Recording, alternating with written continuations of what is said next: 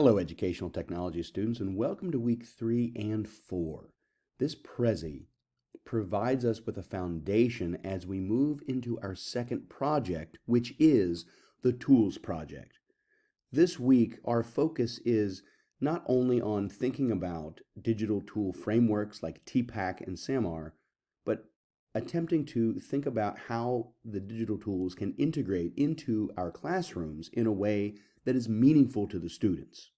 Knowing of and selecting the proper digital tool is critical when we consider our attempts to blend the learning experience in our learning environments, what you might call the classroom.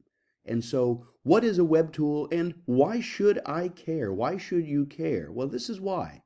Web tools can inform, manipulate, collect, and they can help us think. Web tools allow us to move beyond Bloom's low level of learning into the higher level cognitive thinking areas. So think about the different types of digital web tools that you yourself use every day. What do you utilize to communicate, collaborate, critically think, and create in your life at work? Sure, we can have videos and articles and blogs. Like web tools, they can inform us. They let us receive information or perhaps deliver, but they can also collect information, databases, Google Forms, Excel spreadsheets. And then we can manipulate that data and we can create simulations and websites. We can generate charts and graphs. We can answer questions. We can solve problems. We can address larger issues through the collection, manipulation, and then informing others of what we've found. And we can work together thinking about the data and how we've represented it through concept maps or Padlet or even Prezi. And Prezi itself often operates as a large concept map. So thinking about the different types of digital tools that exist, keep in mind, what is it that you want your students to do? Are they just informing or are they collecting and manipulating? Do you want them to think about something? And how can a digital tool do that? I have a video for you to watch in the Prezi this week, so you're going to want to take a look at that. Consider the trends and challenges. Do you see them currently in your situation, in your school, your classroom, wherever it is that you are currently located? And after you've considered that, are any of those new to you? Are they surprising? Do you see value? How and where? Now we can start thinking about blended learning.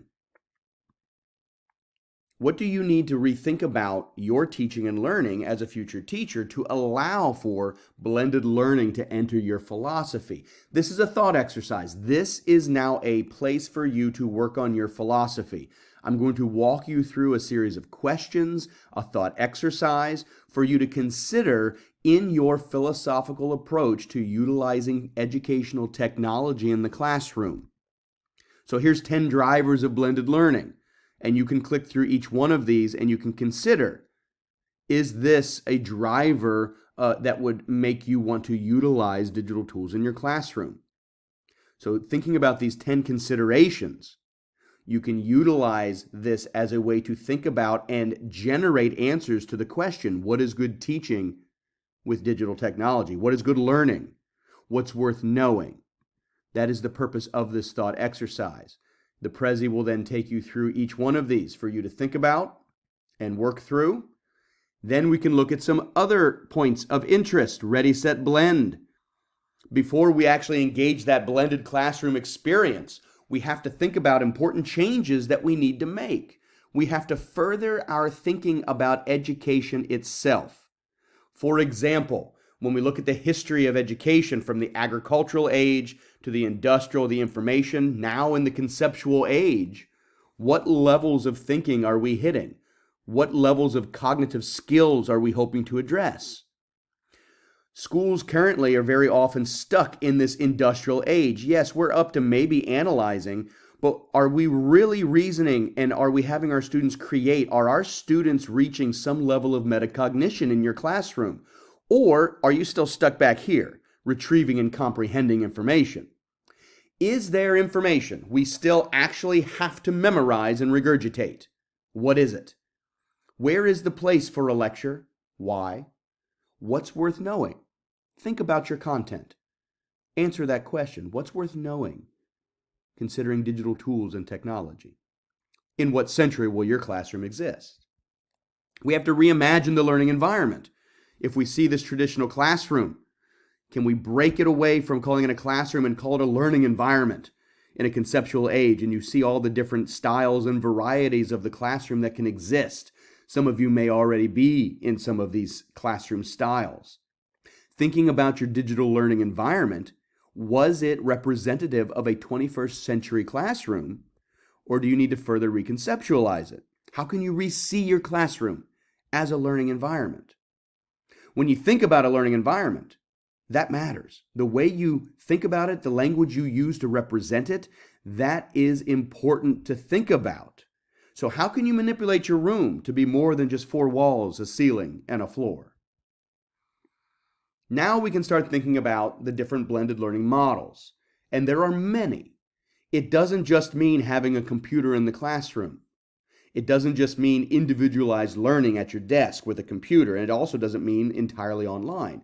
There are a collection of different ways to blend digital tools into your classroom for you to consider. Which of those models best represents your vision? Which of those models helps you think and incorporate it into your philosophy of education? And then we can redesign the curriculum. When you're ready to blend, we can start thinking about the ways that we can actually write a blended curriculum that instills in the students not just content, but develops their abilities to utilize digital tools, to collect and manipulate information, to inform and to think about that information. And this is where we can start to apply SAMR, TPACK, and this week, the Triple E. Which of these EdTech frameworks allows you to address the curriculum in your course where you teach? The pedagogical approach that you utilize. Which of these frameworks best helps you think? Here's a video for you to consider about blended learning before our final thought exercise for your philosophy of education. What is worth knowing and what is the purpose of school? Does the concept of a blended learning environment shift your views on content? Does it help you rethink pedagogical approaches?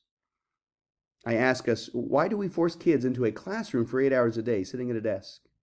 And I know that not all of you do that, but when we think of education writ large, why is that still the guiding formation? Why is that still the guiding focus?